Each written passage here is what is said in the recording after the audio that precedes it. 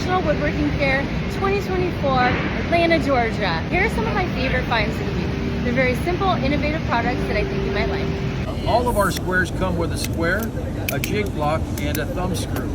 All right, and as in this case, I can match this angle perfectly, and I've got the jig in my pouch. I can do that line over and over and over again. I can flip it all the way over and do a compound mark, a bird's mouth we call it in the Southwest, over and over and over again. We have a 12-inch version now. We call it the Smart Square Pro.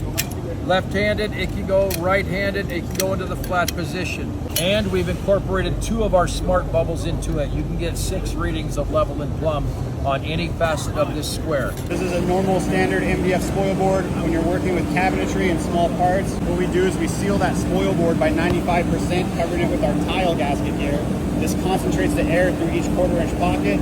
Once you put that part on there, you create a negative pressure differential under the part. No onion skins or tabs. You can cut the whole sheet out and not have to worry about parts moving. What we've done is reinvented the carpenter's pencil. We have taken and made a cam-shaped pencil with an offset core.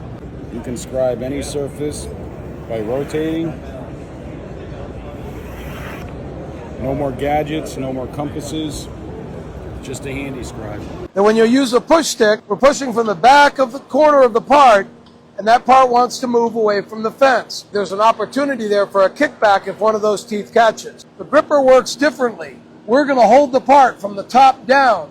Our 1/4-inch leg is going to be running on this side of the fence, but the gripper is holding the off-ball side of the part. We're going to control both of them, keeping them parallel to the blade all the way through the cut.